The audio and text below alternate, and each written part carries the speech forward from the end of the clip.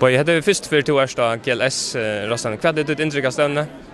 Det ett positivt intryck, eller positivt. Det var jag visste kanske huxa där kom, så att konan som anbefallde att hon var hon var pura sält. Och så förväntar jag tar inte förvänta för näkt att komma till en rasten här det bara skärmar det är inte så snart. Men är otroligt överraskad att jag ska bli så teachen eller jag huxar slash om det är hitcha sån skärm.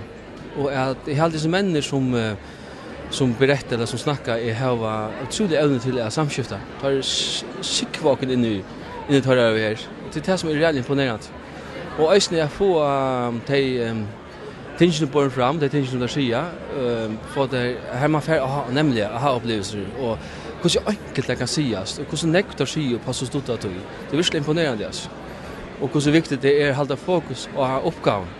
Det är en ting som man lagt lite vajt, men det är mer till att man missar fokus allt in. En något som du särliga bit mest här, något som du ordet stägga vi. Ja, så nu han nästa föreläsaren han är Jim Collins så där. Han säger ju en go thing här effekt ha upplevelser som till dem så hålla av alltså köra och ösen till att det drejer sig inte om att